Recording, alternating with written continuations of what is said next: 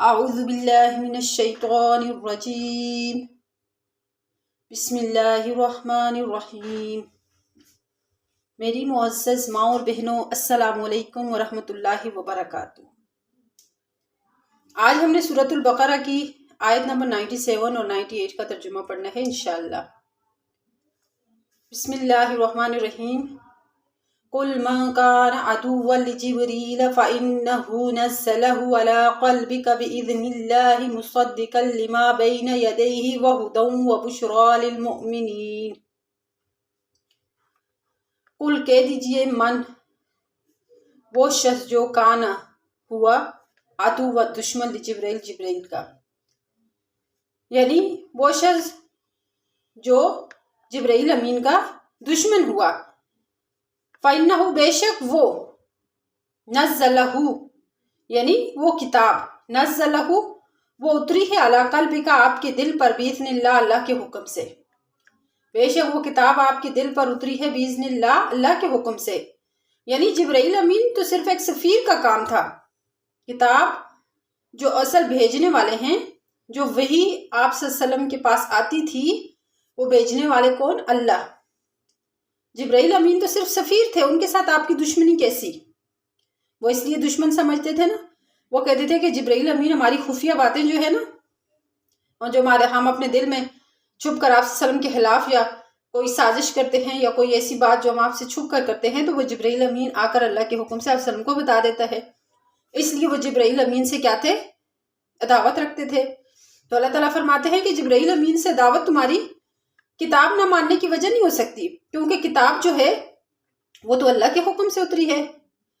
فَإِنَّهُ بے شک وہ نزلہ اتری ہے علی قلبک آپ کے دل پر بِإِذْنِ اللہ اللہ کے حکم سے، مصدقاً اور تصدیق کرنے والی ہے لما اس کی بین یدیہ جو سے پہلے کتابیں ہیں، یعنی تورات، زبور اور انجیل ان کی تصدیق بھی کرنے والی ہے، وَہُدًى اور وہ ہدایت ہے، وہ بشریٰ اور خوشخبری ہے للمؤمنین مومنوں کے لیے، مومنین کے لیے یہ کتاب ہدایت بھی ہے اور ہدایت یافتہ اور ماننے والے لوگوں کے لیے بشریٰ خوشخبری بھی ہے۔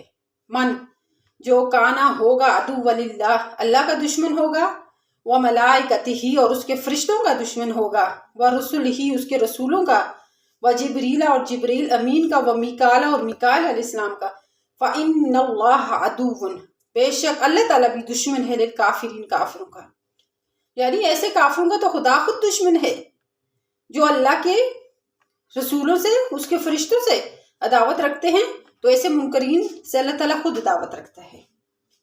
تو یہ میں نے آپ کو اس کی وجہ بتا دی کہ یہ یہود تھے، وہ جبرائیل امین سے عداوت اس لیے رکھتے تھے کہ یہ ہماری خفیہ باتیں آ کر آپ صلی اللہ علیہ وسلم کو بتا دیتا ہے، یعنی وہ تو وہی اللہ کے حکم سے لے کے آتے تھے۔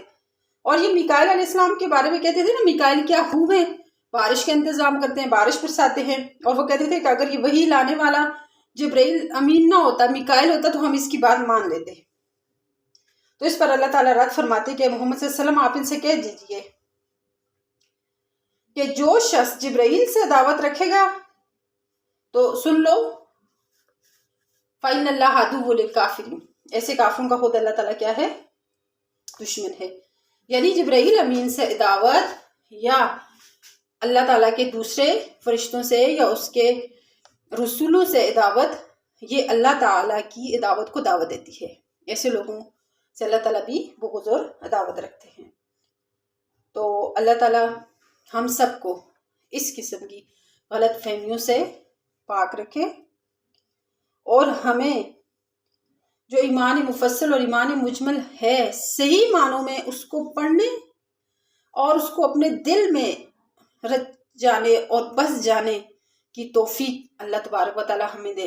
جسے ہم کہتے ہیں نا، آمنت باللہ وملائکتہ وکتبہ ورسلہ والیوم الآخر والقدر خیرہ وشرہ من اللہ تعالیٰ والبعث بعد الموت، کہ ہم ایمان لاتے ہیں اللہ پر، اس کی کتابوں پر، اس کے رسولوں پر، یوم الآخر آخرت کے دن پر، اور تقدیر پر ایمان رکھنا، یہ بہت اہم جز ہے ایمان کا۔ تقدیر کا انکار کرنے والے پتہ ہے ان کے بارے میں کیا وعید ہے؟ یہ تقدیر پر ایمان رکھنا ایمان کا اہم جز ہے، اس لیے کہ ہم ایمان رکھتے ہیں تقدیر پر، کہ من خیرہ